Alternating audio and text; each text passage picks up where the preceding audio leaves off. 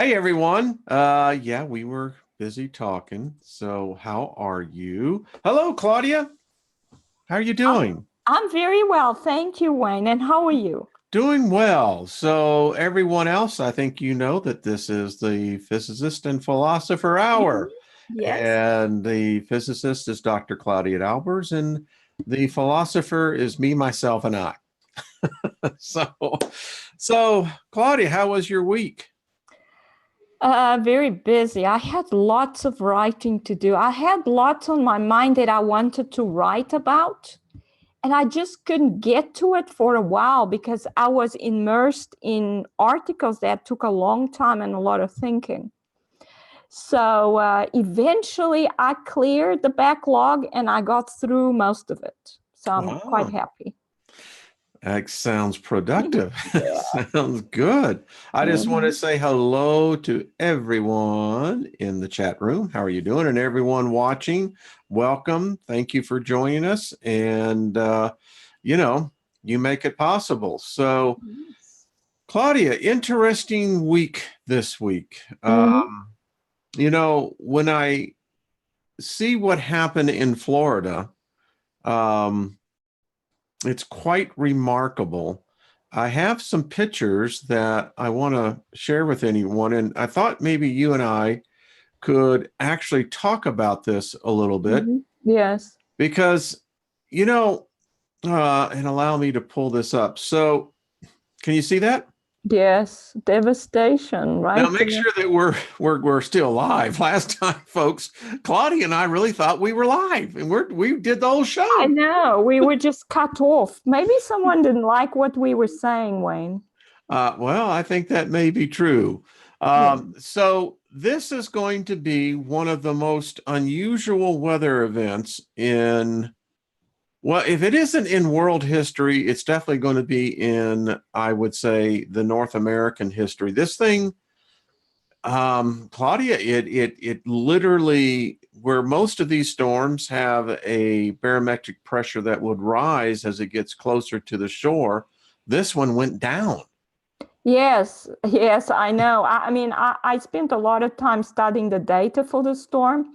And to tell you the truth, it may have been different from what we've had before, but it's actually something that we are, I think, going to get a lot more of in the future because I actually understand what caused it. Well, I tell you, and well, good. Let's talk about that because the pictures that are coming out of this is Mexico Beach, and as you can Mhm. see, the storm surge I've read in some places was 32 feet. That's incredible. Yeah, well, that it's impossible to be a storm surge. Let's put it that way. It was not a storm surge, it was a tidal surge created by the gravitational field of an object coming from space. That's Mm. what happened. It's impossible. The winds were not strong enough for 32 foot. In fact, there were no winds offshore. The buoy data showed there were no winds that were even up to category 1 hurricane force. Hmm. And the wind has to blow from offshore to push water onto land. In fact, even Noah explains it that way. It's in the pictures in my article. But the winds were not there, were not blowing offshore to produce this kind of thing. It's obvious it was a tidal event. We've had these amazing ocean recession events since 2017, and now we're getting the tidal bulges that are associated with those because you get both. You get the ocean recession part and you get the tidal bulge part. And when the tidal bulge part overlaps the land, then you're going to get a tidal surge onto land. And guess what? These objects are going to get larger, and the severity of these events is going to get worse. So 32 feet now, what will we get next time? 50 feet, 100 feet? You see what I mean? We are going to get it. This is going to be cataclysmic. Well, I mean, I can't argue with the fact that we know, and we're going to get back into this as well because I'm going to pull up something here as well. Hello, Suji. Hello to all the moderators. How y'all doing? Hello, Because and hello to the MFA members and yes, Scott, and because they will greeting. be looking at this, and Scott's been working very hard. How is he doing? Oh, he's Well, doing well. It's just he's working really, really hard to working on the website. There's still some things that need to be done with it, and writing articles and videos and researching. He's very busy. so, well, remember, balance is important. So, Claudia, I want to bring up this picture because I know that you did a paper on this. And now that I got it pulled up, I can show everyone. So it's been reported as well that this storm brought in, now I read the article of what the meteorologists are saying caused the purple clouds and the purple hues. I thought this picture here was quite striking, that it was very unusual. I mean, now you did a paper on which kind of clouds that was also reported. Color. Yeah, I looked at it and I realized immediately, first of all, this is not natural. I mean, it is almost purple, but it's pink mixed with blue, basically. Okay. And pink is red and blue. So the sun, they would say the sun is setting, that's why it's going this color. When the sun is setting, you may get refracted light, which then is red. I mean, that's why we get blood red moons, lunar eclipse. Seem to get a lot of them here lately. Well, I had one 2 weeks ago. Yeah, so we're getting way too many, because actually what's happening is the moon's being illuminated by objects that are emitting red light. That's what's happening. By the way, Claudia, just to step in here, have you seen how far the moon is in the southern part of the sky? It's quite remarkable. It doesn't seem to want to move north anymore. That's what my point is. But getting back to this phenomenon. Yeah, well, I don't think the moon is in the right position most of the time nowadays, because it's not even the real moon we're looking at. It's a holographic projection of the moon. Maybe we do see the real moon now and then it looks red because it's being illuminated by objects that are emitting red light. Or maybe it's other moons, because there are all sorts of objects just outside our atmosphere. But anyway, getting back to this, first of all, I actually, when I drew the diagram, I realized that we should never get anything but white or gray clouds. Mm-hmm. That is, if the only light we're getting is from the sun. We should never get anything else, because what happens is the sun is supposed to emit white light, which is a mixture of red, green, and blue. Mm-hmm. But then the atmosphere scatters the blue. That's why the sky is usually blue. It's supposed to be blue, and the sun yellow. When you put the two together, you get back the white light. So what you get illuminating the clouds is the yellow light coming directly from the sun and the blue light coming from the sky. And they both combined in the cloud, so the cloud looks white. When it's sunset, and this can only happen after the sun is set, then, or very, very close, the sun may look red, but then you have, and it looks red because the green light has been removed by the atmosphere. It's been scattered by the atmosphere. So now you get blue and green from the atmosphere and red light directly from the sun. Again, the combination gives you white. That's what's illuminating the clouds, so the clouds should look white. When there's too little light, then the clouds will start looking gray. Or if they thick clouds, they look gray because not much light gets right through it. But either way, we should always have white and gray clouds. So the fact that we have even red clouds is not even normal. I mean, you could argue slightly that once the sun has set, but only once it has set, then and it must be way down because the clouds are at high altitude, then only refracted red light gets to the cloud. But then the whole sky would look red, not just the cloud, because then there would just be red light all over the sky. The moment there's blue light coming from the sky, then the cloud should not be red anymore. Well, we're actually seeing pictures of red clouds, blue sky next to each other. Exactly, which is impossible. Now Right. here, we don't even have red. We have this magenta color, more towards the purple, so it has more blue in it than red. But if this was due to sunset, then this would have had to do refracted light. And only red light is much more refracted than blue light. That's why we don't get blue lunar eclipses. We get red because it's only the red that's refracted enough to cause that. The blue is not. So if this is due to refracted light, then it should be red. There shouldn't be any blue in it at all, but it's more blue than red. This is impossible. It's far out. It's what it is. It is impossible. So what I discovered was that what we really have is luminescent clouds. The clouds themselves, I mean, these objects do emit this light. Go ahead. They do emit this. They do emit this light, this pink light, sometimes orange, very strange colors. That's all to do with the energy absorption process, which causes, first of all, cloud condensation because the water loses energy. And when it loses energy, it condenses into clouds.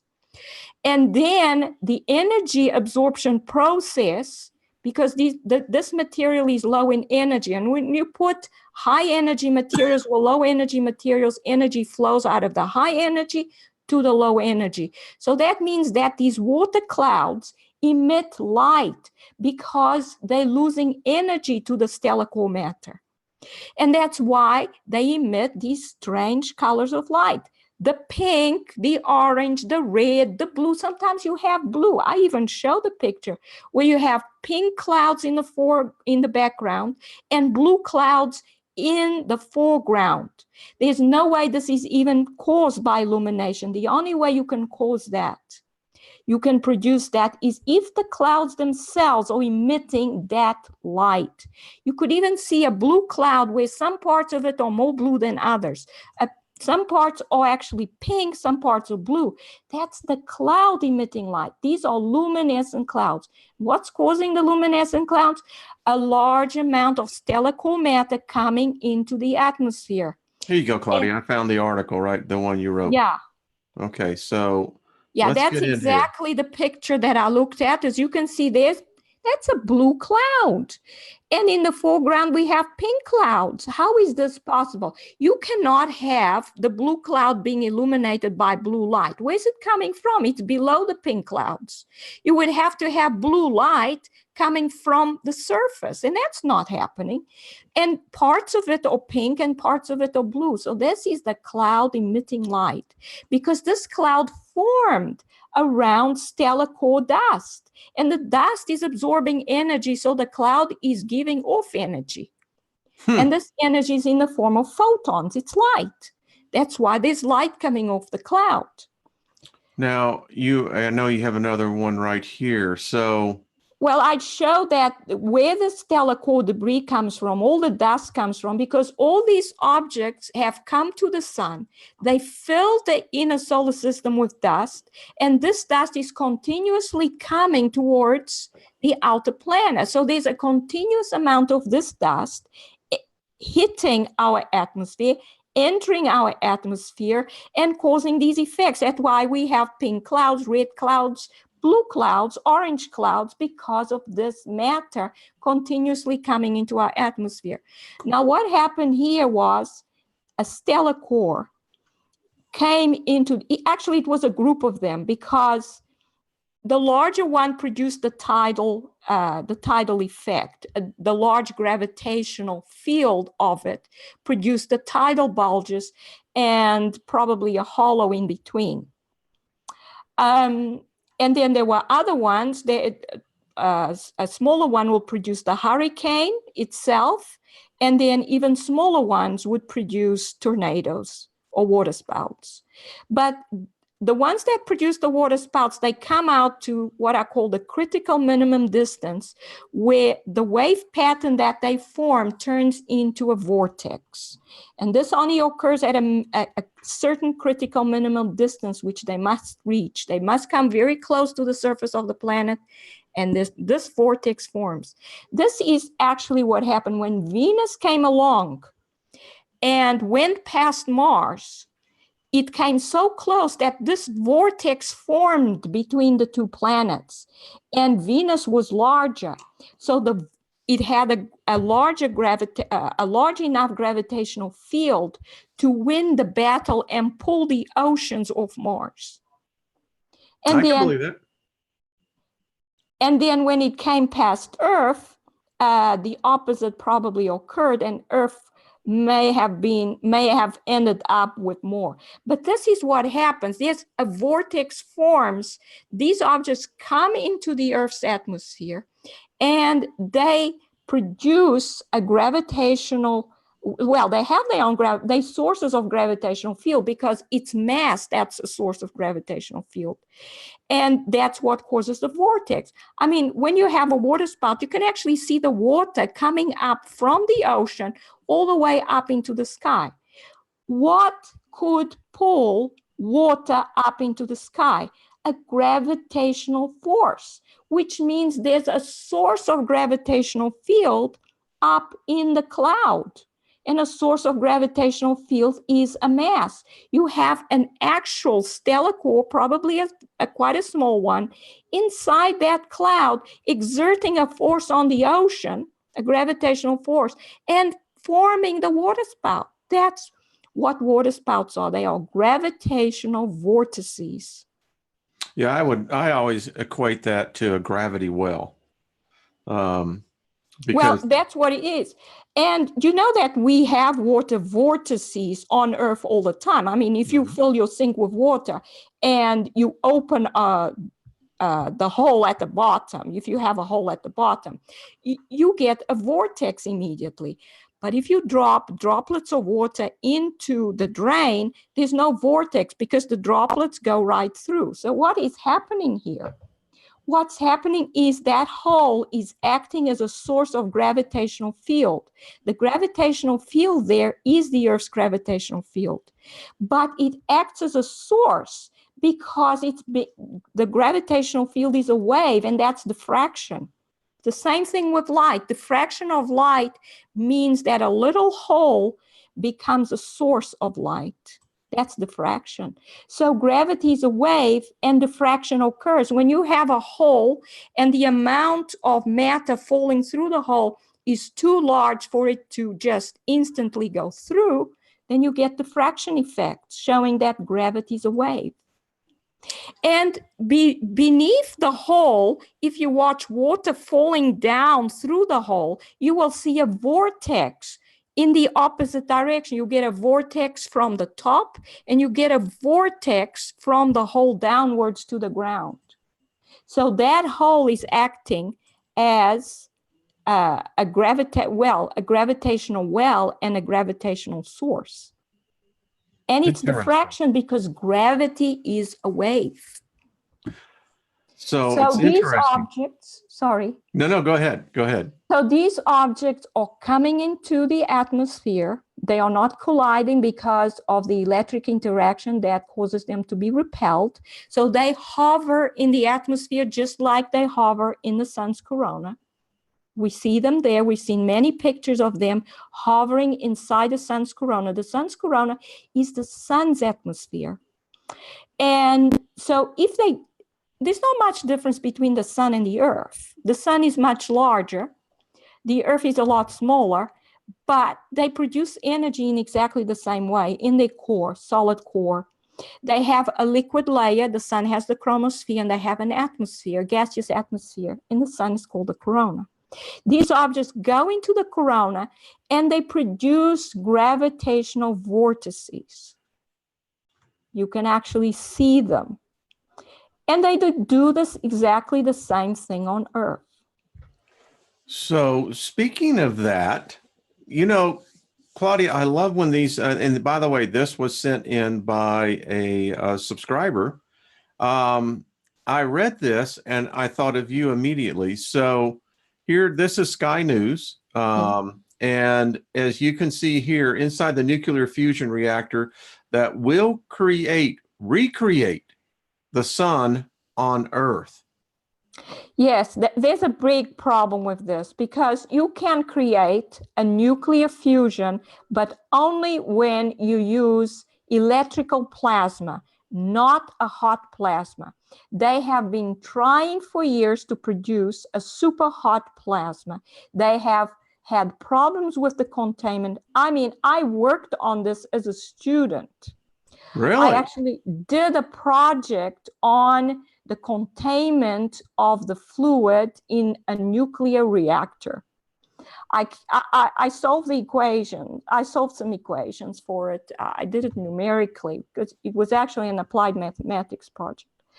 But it never worked. The containment never worked. And the reason why it doesn't work is because in a plasma, you have matter becoming ionized, but they recapture the electrons. So there's always a time when they become neutral. So whatever containment you have, it will cross over that containment eventually and impact the walls of the container. And the temperatures they need is way too hot for any material not to melt. Yeah, so 150 million degrees Celsius? Exactly. Holy crap. It is always a problem with these things. They always fail. They've been trying this for years and years and years. I mean, help us. So you're creating, and here again, I'm interpreting this in my own mind. What I'm seeing is that they're creating this artificial bubble of this 150 million degrees Celsius. What is that Fahrenheit wise? I guess that would be about the same. In Fahrenheit, it's not much different. Not much difference? When you go to millions. Okay. So you have anyway, it's hot. It's very hot. It's extremely hot. So, but the thing is, they should be doing what's happening on the sun. The sun is not that hot. I don't think it is. I think the sun is only at about 6,000, 7,000 Kelvin. So it's not that hot. It's about the same temperature as the interior of the Earth. And that's how it is. They're trying to produce a solar atmosphere that doesn't exist. Did you see this? I found this was interesting that, so they're obviously they're using electromagnetism here. Yeah, they have to contain it with an electromagnetic field to keep it from hitting the walls of the container. Otherwise, it will destroy it at that temperature. So they're going down to almost absolute zero. And then at the same time going to 150 million degrees Celsius. And they're containing this with an electromagnetic field. And it always fails. It always fails because, I mean, they should know this by now, that you need an electrical plasma. You need to apply a large potential difference across the plasma. And then if the potential is large enough, and the plasma goes into arc mode, which is what the sun's atmosphere is in, plasma arc mode, then they will get the sun's atmosphere, and all kinds of things are possible, including fusion. But it's called fusion. It's electrically driven. So help me with this rationale that I'm reading here of Bernard Bigot. Okay, so let's say they're successful, Claudia, in actually producing enough of the nuclei that they can extract it and in turn have this unlimited energy source. So you then have other countries building the similar technology. Help me on this one. Wouldn't we be potentially creating a cataclysmic chain reaction if we have thousands of these plants around? I mean, the fusion is not, I mean, it would destroy the container and whatever's around it because of the temperature, perhaps. But it's not dangerous in terms of radiation, let's put it that way. If they have the correct elements there, it shouldn't be emitting gamma rays. What Of about the course, heat? I mean, the heat will be damaging to whatever materials are around it, but when it makes contact with these materials, it will cool down quickly. It also depends on how much of this material they are using. okay. If it's in very small amounts, they may be able to manage for a little while. But the problem is when they make it full size, it never works. Well, So somebody's spending a lot of money. the problem is actually with the fission. The fission, there's always radioactivity, which is very damaging. But one of the articles I've just written is the fact that these objects are actually attracted to radioactivity, because that's where the energy comes from in the core of planets and stars. It's from fission. We have unstable nuclei in the core of these planets, and as these unstable nuclei decay, large amounts of gamma rays are emitted. And these gamma rays are what power the planet, actually, what powers the energy generation on the sun. So this is what actually powers planets. So these objects are old stars, they're dead stars. They no longer have enough unstable nuclei to generate their own energy. But they still seek that energy. That's the energy they need. That's gravitational energy. Those are high energy photons, which when inside particles create the gravitational field. So these objects will be attracted to areas of radioactivity. They will be attracted to regions where there's a large amount of uranium in the ground. They may be attracted to volcanoes, because volcanoes bring out a lot of material from deep within the earth, which will most likely be high in radioactive elements. But they will be attracted to areas where, for example, you have a fission reactor and it's leaking. You have a lot of gamma rays there, and these objects will be attracted to that region. So, go ahead. Sorry. Sorry. I keep on the fact that we're talking radiation and, we use the word containment, but Fukushima is a good lesson for all of us to remember that you can't always keep something contained. And I just found it interesting that this storm came through a track. There were a number of nuclear plants that were there. And then we get stories like this, explosive breeding of frogs literally dropping out of the sky. Oh my goodness. So, but you were talking about something here. So I pulled up a number of articles. Here we have Mount Etna warning, British holiday spot.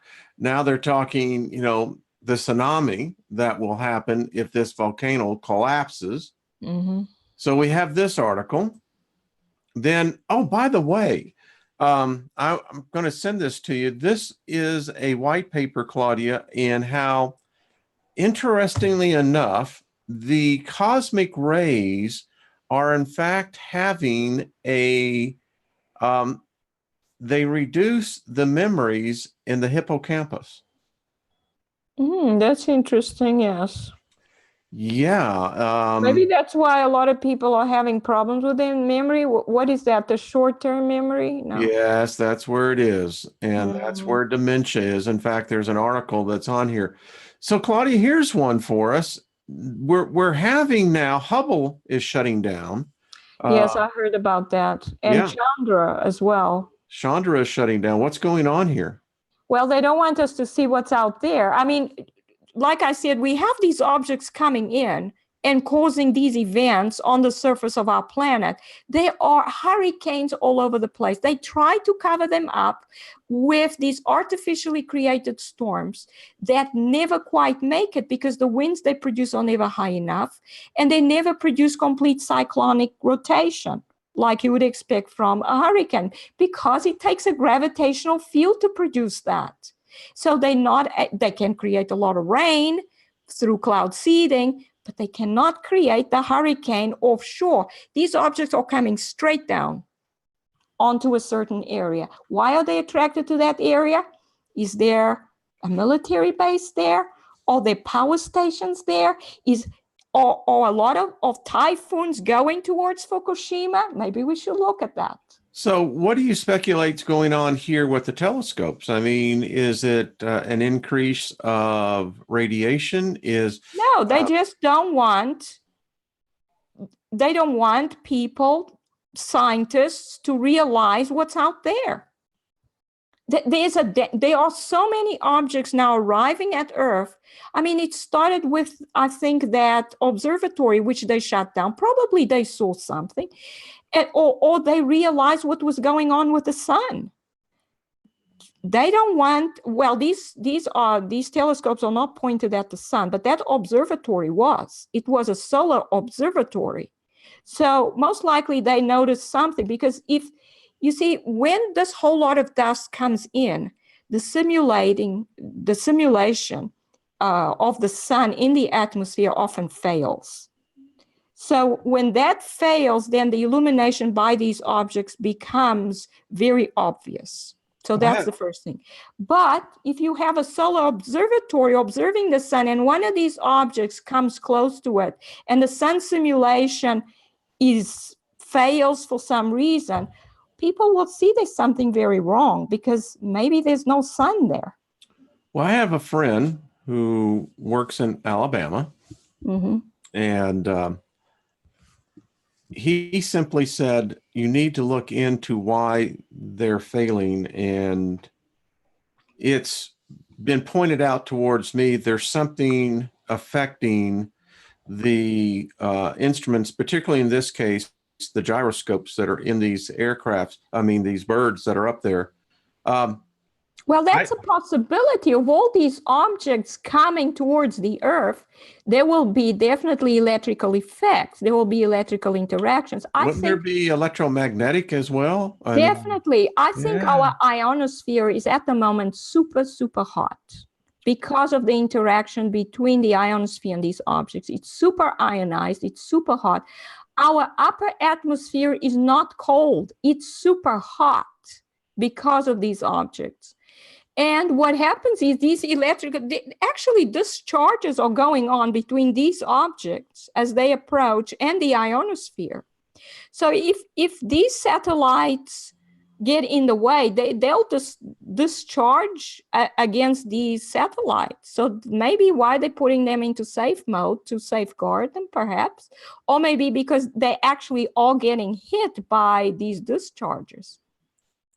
My friend is a pretty good engineer, and he's not one of the guys that would actually go, for the conspiracy, but it's his contention that it's getting crowded out there. And this is something that's happening. All right. Well, it's definitely crowded up there. It's definitely crowded out there. So what is the Chinese doing now? I mean, we're seeing the emergence of Project Aurora. We're seeing for the public is now beginning to see what I think, and this is just my opinion, the next generation of propulsion.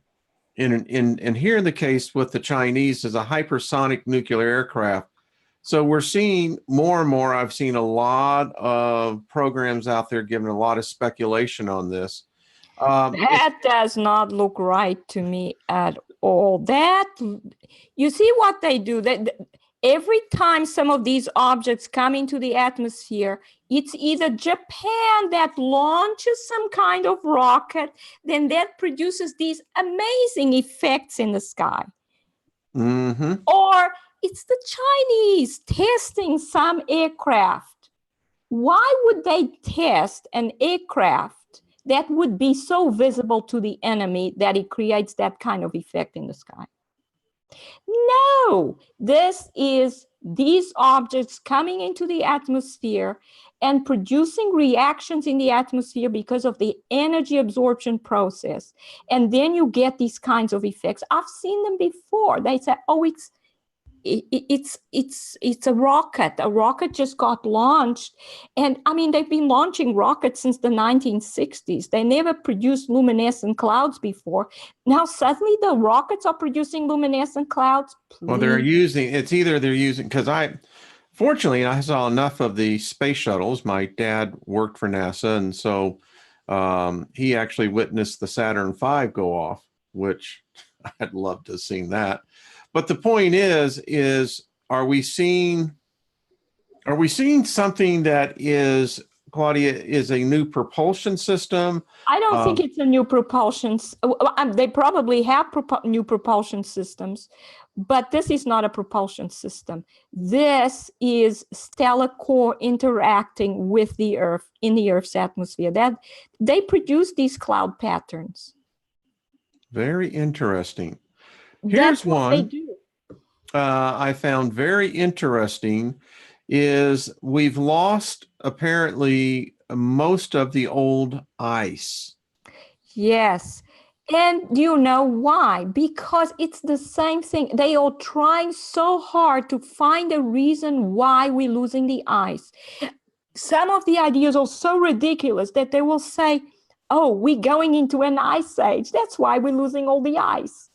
But what is actually happening? And it's nothing to do, and they think, oh, it's a cycle of the sun. The sun is going to grand solar minimum, so it's a cycle. No, this is not the cycle. The sun is dying, and the sun is not dying because it decided to die. It's dying because of the Planet X system of stellar cores that have been interacting with it for something like 5,000 years now, because that was when comets were first observed. This is when these objects started coming in and absorbing plasma from the sun, and it's held off for 5,000 years. Now it's dying. Now, but the solar system is full of these objects, and the sun is dying, so more and more of them are coming to the Earth to absorb the Earth's energy. As energy is absorbed from the Earth, more energy is generated in the core. It comes out through the layers, heats up all the layers. So what happens? The ocean is getting super hot. And when the ocean gets hot, the ice melts. Isn't it logical? Well, like I said, they now know that this ancient ice, this old ice, it's going. It's interesting, Claudia, by the way, I just wanted to show this as well. You see, I look at all things being connected, and we're now seeing, and probably people along the Texas Gulf Coast could probably talk to this as well, but there is a noticeable drop in insects, not only just bees, but insects in general. So yeah, well, I'm not surprised about that either, because even what they are doing to try and hide the truth from the population on Earth would destroy the bees. The chemtrails are highly toxic. I'm sure they're toxic to us. They're even more toxic to bees. I think they would be. Are very sensitive. Yeah.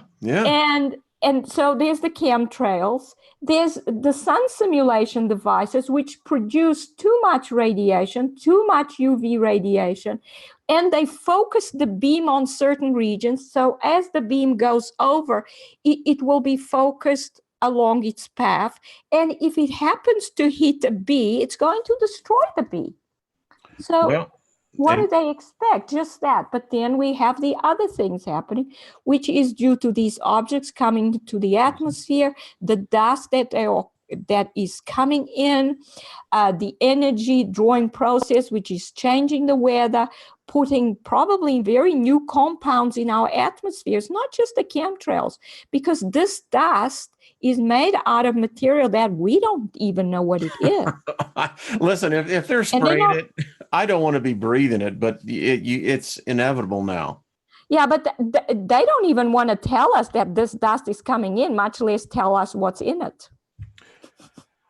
It's crazy. So here's one I found. The imminent earthquake warning of, and Claudia, I always look at these from the media.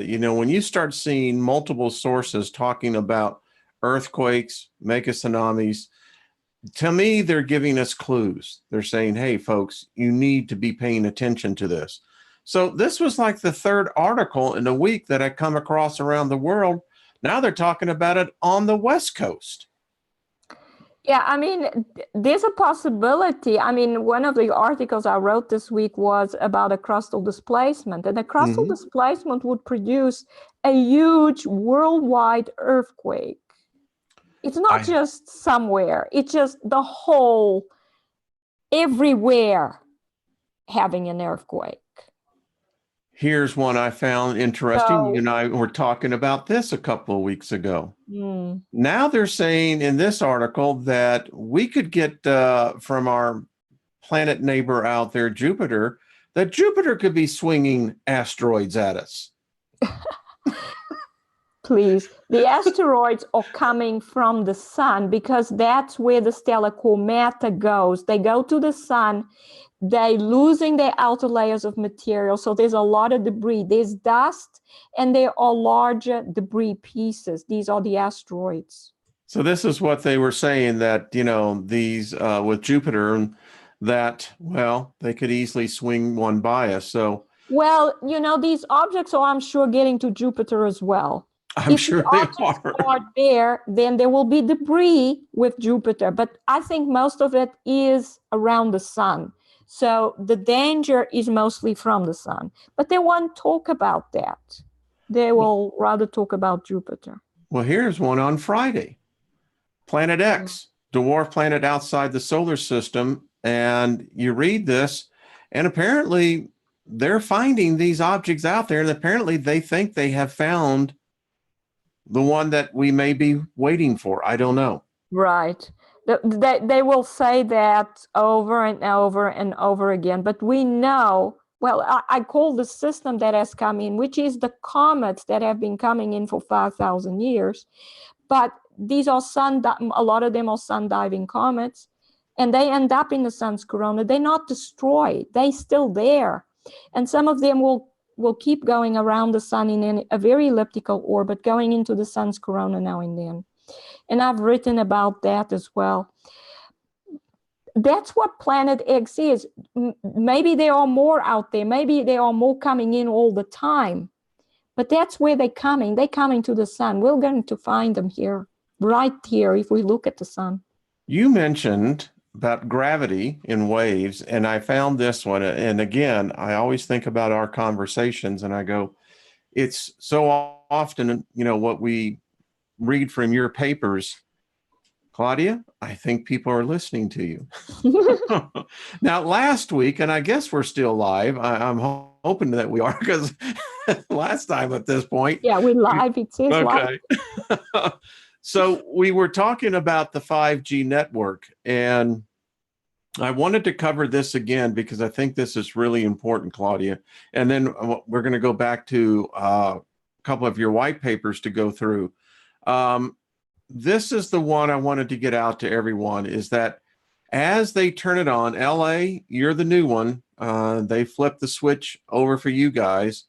I want people to understand that what 5G is, and it's exactly the same wavelength that they use for brain suppression. You and I talked about this last week, Claudia. This is not good, folks. I mean, if you go and you read this article, you can see that, yeah, this is the same thing that they do for mind control. And you can just see it. You can read it right here. Yeah, that's not a good thing. But also, it seems to be more energy. So a higher frequency, more energy. So it's very damaging. But I think one of the reasons why they may want to come out with 5G is because they're increasing the amount of stellar core material coming into the atmosphere is going to start affecting cell phone networks. Ooh, so they'll start failing. So this may be one of the reasons why they want a higher frequency and more energy to, you know, overcome the effect of the stellar core material coming into the atmosphere. Well, this is the one that really just got me. This wavelength, folks, they just say it right here. It interacts with the human skin and eyes. Yeah. I don't know if they are looking to, because I mean what they want to do is become God, And Yeah, they God do. reads people's minds. And Yeah. so these beings don't have the same abilities as God, but they want to. But what are they going to do? They're going to do it through technology. So they're going to want to control the mind. It's not just reading the mind and letting you decide. No. They don't want, they want to be like God, but not a good God. That the decision's not going to be yours. We're going to control your decision. Good God, y'all. So, but right here, this is what really got me. And I did not know this, but apparently on our skin, this epidural is that it's actually antennas, Dr. Albers. Wow. They call them helical antennas. Uh-huh. So And they're going to read all your signals, whatever's happening with your body through it. Yes. And that's what they said when exposed to these wavelengths that are put out there by these devices that employ the 5G. Folks, this thing is getting sucked right into us. I just thought I'd kind of point that out. So we are still alive, aren't we? Yes, I think we are. So, it's getting crazy out there. It truly is. And it really is. I have thought if we have time that we could go back to one of your white papers that you did. And this is the one that really got me. So can you see this one? Oh, yes. Is Earth in imminent danger of a crustal displacement? So this is interesting. So basically, because we have more and more of these objects coming in towards Earth, don't forget that these ocean recession events were not seen until 2017. That means that larger objects started arriving at Earth orbit in 2017. And their size seems to be increasing because the effects seem to be increasing. The hurricanes are getting stronger. They're getting more numerous. They're getting more severe. So that means we can expect larger and larger objects to come to Earth. By the way, I just want to add, Claudia, we're seeing land canes. We're seeing storms that have all the characteristics of a subtropical water system. So I just wanted to point that out. We had such an event here in Colorado. We literally dropped 54 degrees. Wow. And it had the same characteristics as a storm. So pardon me, as I just wanted to point that out. Yeah, that's amazing. So we can expect these large objects to come by the Earth. And what do they produce? They produce tidal bulges or tidal waves. The tidal waves in the form of a ring. So that's actually a cross section. So you see both sides of the ring. That causes those tidal bulges. So as the object comes by the Earth, if it's moving quite fast, then the tidal bulges will move with it. So you get these two huge tidal bulges following this object. But the Earth has two liquid layers, the ocean on the surface and the molten rock layer inside. So these tidal bulges will be produced not only on the ocean, but in the molten layer. Now, so you're not necessarily going to actually get those bulges like that if it's pushing against solid, but you're going to get friction at those points, huge amounts of friction. And as the tidal wave moves, that friction will cause the crust to disconnect from the core.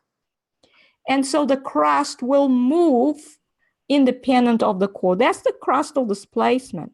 But that will jolt the crust to such an extent, and it will be jolted twice, basically, once it starts and once it stops. And that the earthquake that it creates will be so huge that it has the potential to destroy every single city on Earth. Just all the buildings down, erased to the ground. Wow. And here I show then that if we go back a little bit to that one, that's where the equator may be after such a thing. So you can see there's the United States, and the equator is now going right through the United States. Africa seems to be, you see, it's not that different, but Africa's tilted. Yeah. And the equator is now closer to Europe. Wow. Yeah, that's what it would cause. So the North and the South Pole and the equator will be in different positions because the crust moved independent of the core. And then when it stops, the magnetic poles will still be about the same position. Not exactly, because the crust does contribute something to the magnetic field. But the North and the South Pole and the crust will still be oriented with respect to the sun in a certain way, and the crust will be off that orientation. Interesting. Yeah. So then I explained what has happened, that since 2017, and I keep showing these pictures over and over again, but I have to indicate what's actually happened, since this had never happened until 2017. This is not normal. This is a tidal effect, and only an object coming from outer space, a massive object, a celestial object, can cause this. This is tidal. In other words, gravitational. That's a massive object closely approaching the surface of the earth. Only that can cause this. Wow. So this is what's occurring with our planet. There's a strong possibility that, not just a possibility, this will happen eventually if the trend continues. Larger and larger objects getting to the earth.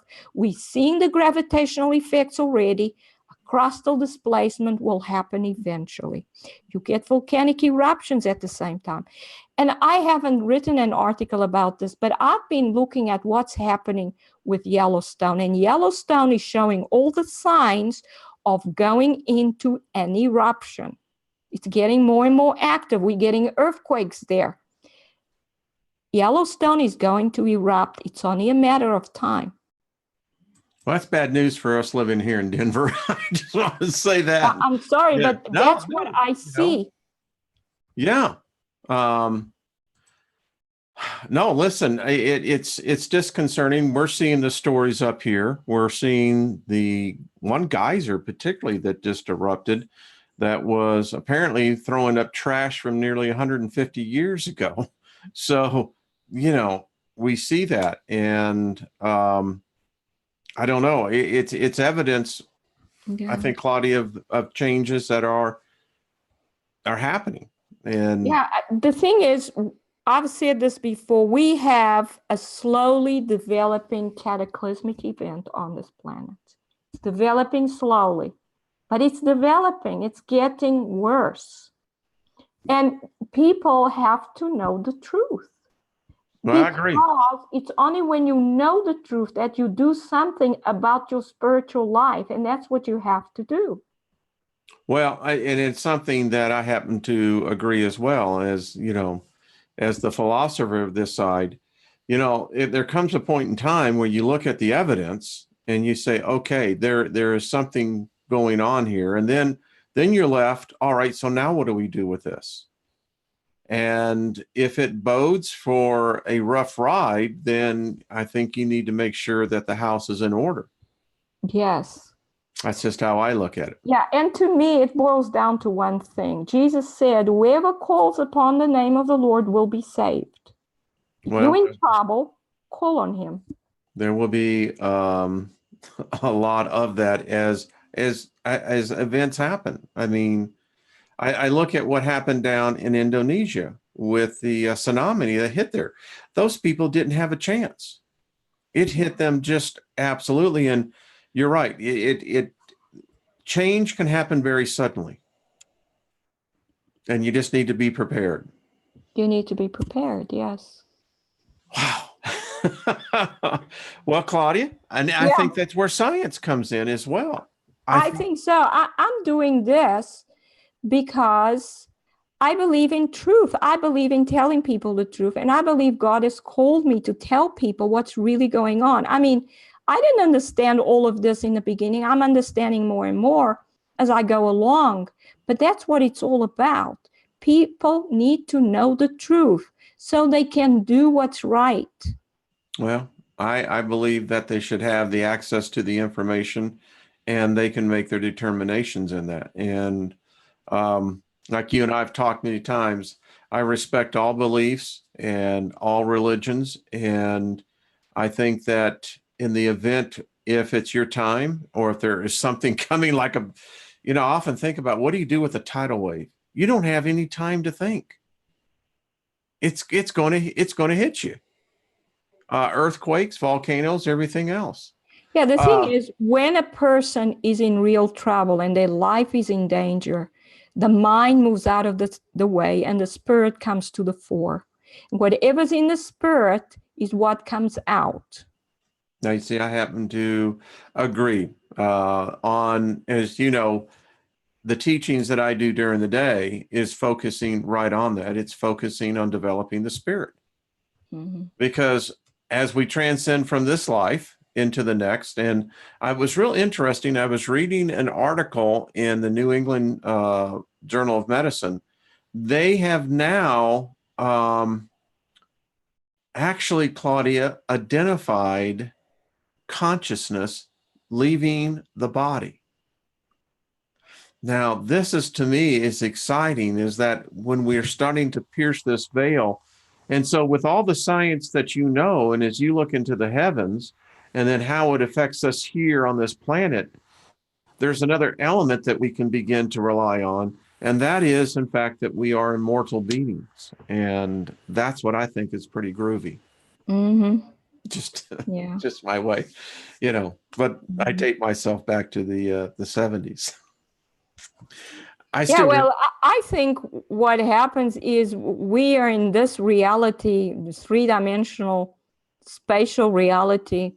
It's almost like, when you play a computer game, you play the game as a character, you become that character, and when the game is over, you leave.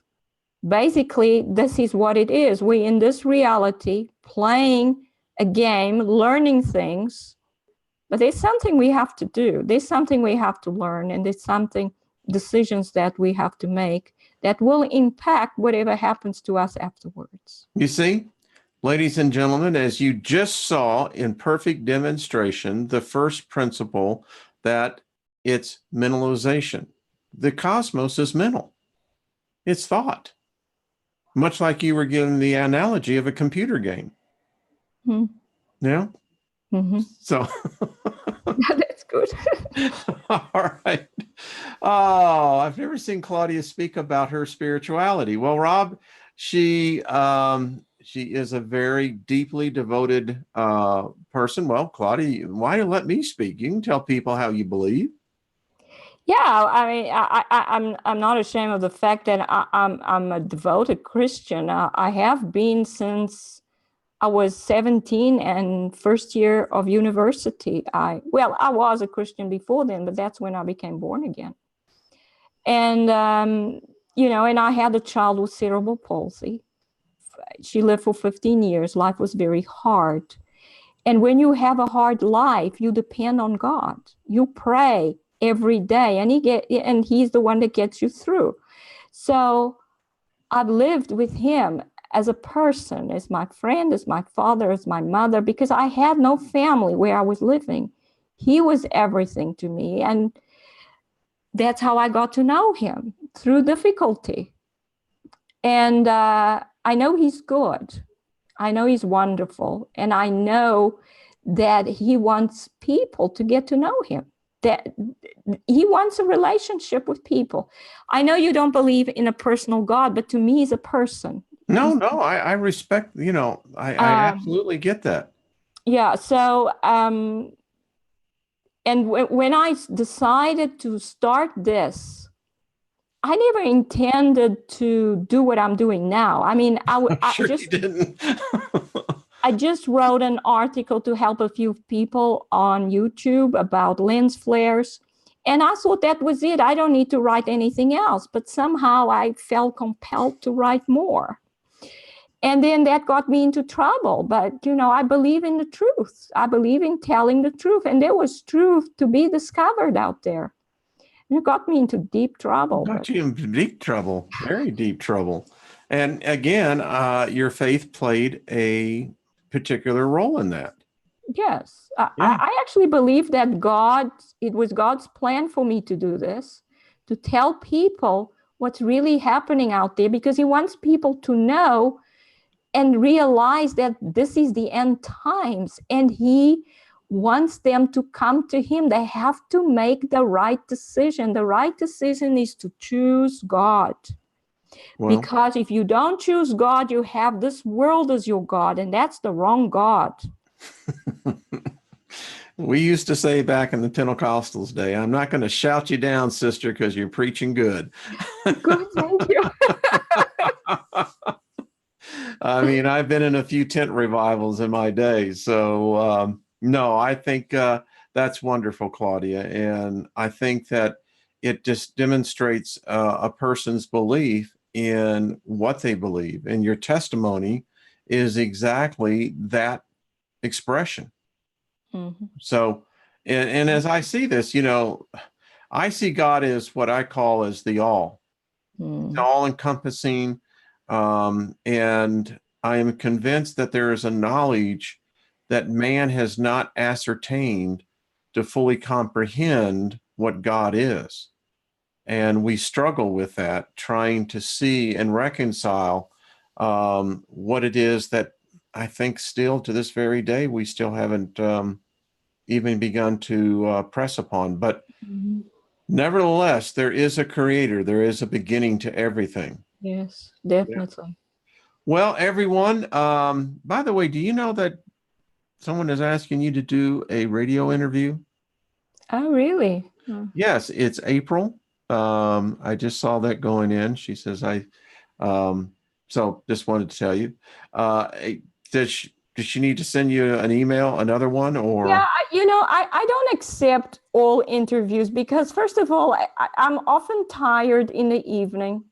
Okay. And, I'm busy writing, and, I just think about it and I pray about it, and I see what God says as well.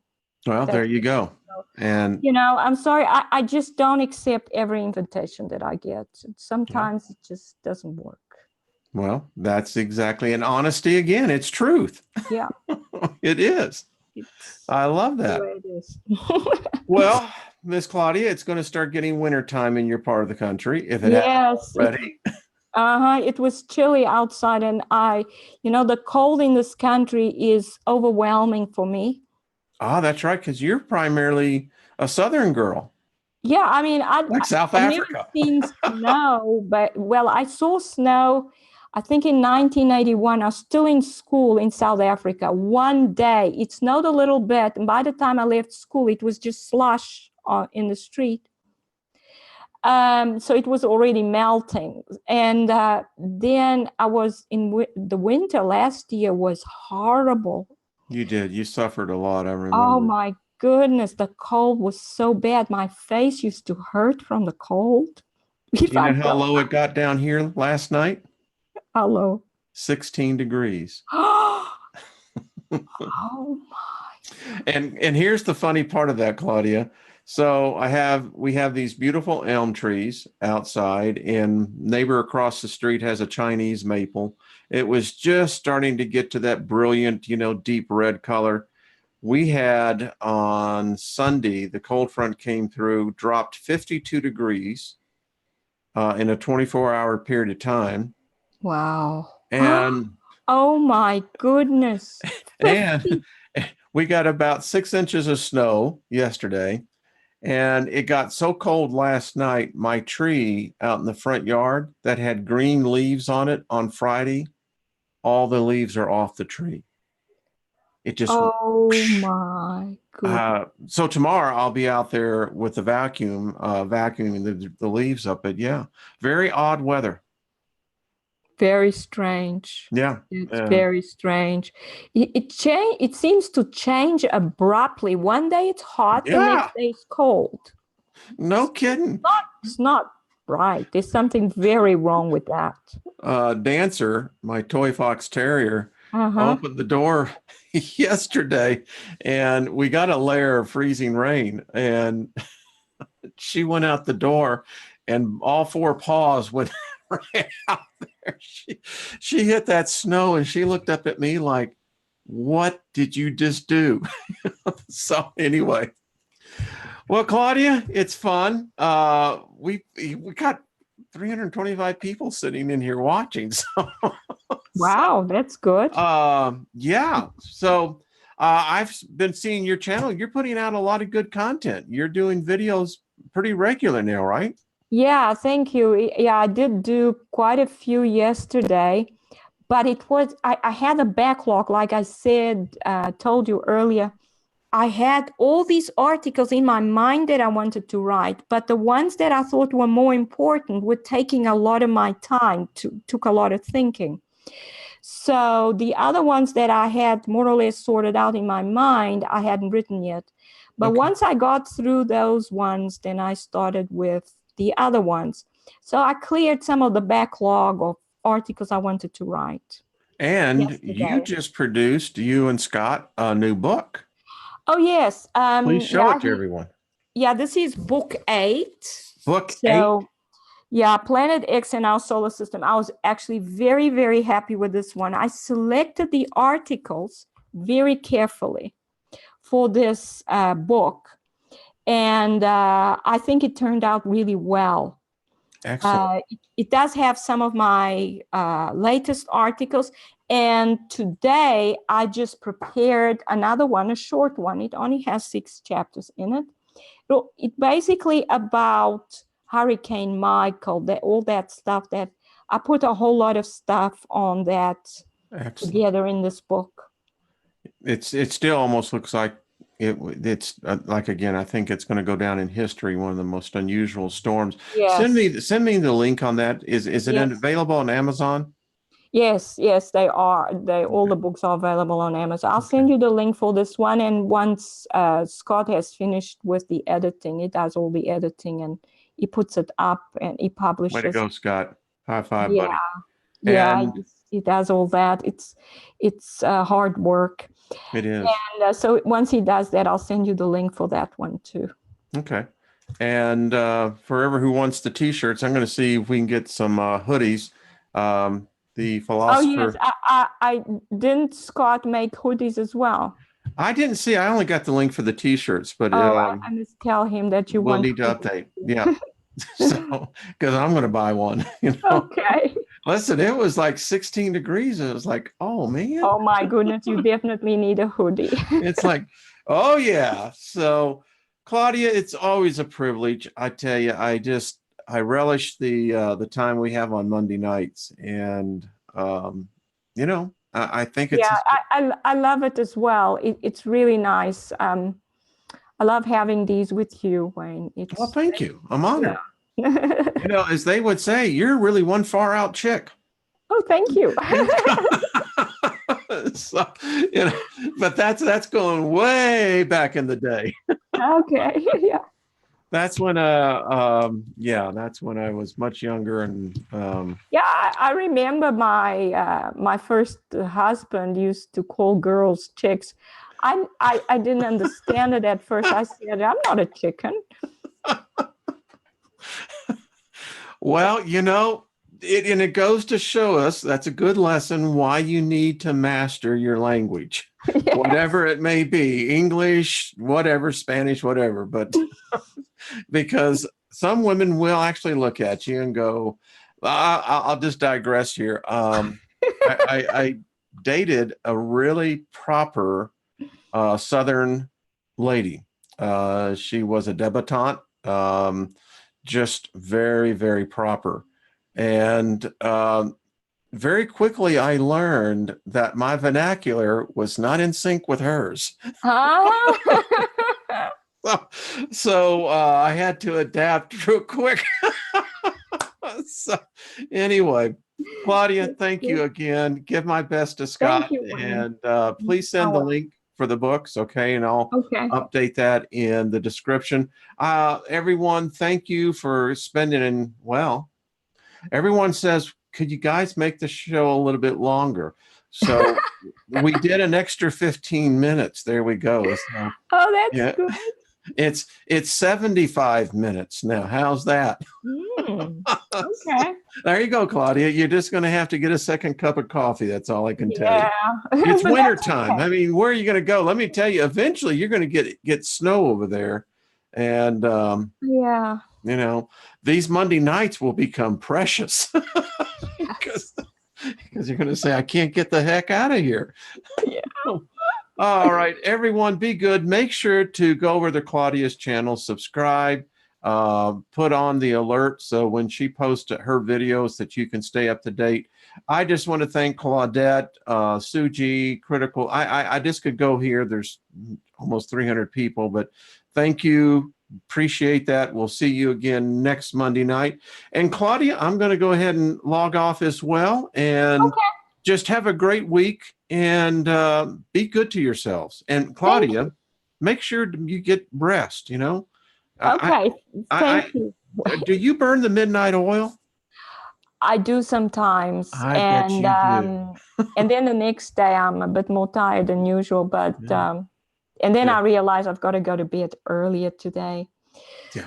And I try, but you know, writing is a driving force. It is. It is.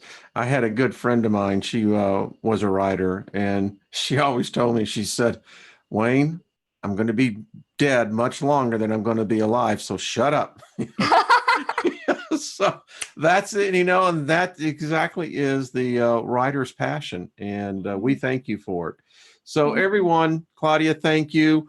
We'll see you guys again next week. And in the interim, be good. Claudia, we'll see you later then. See you later. Okay. Bye-bye, everyone.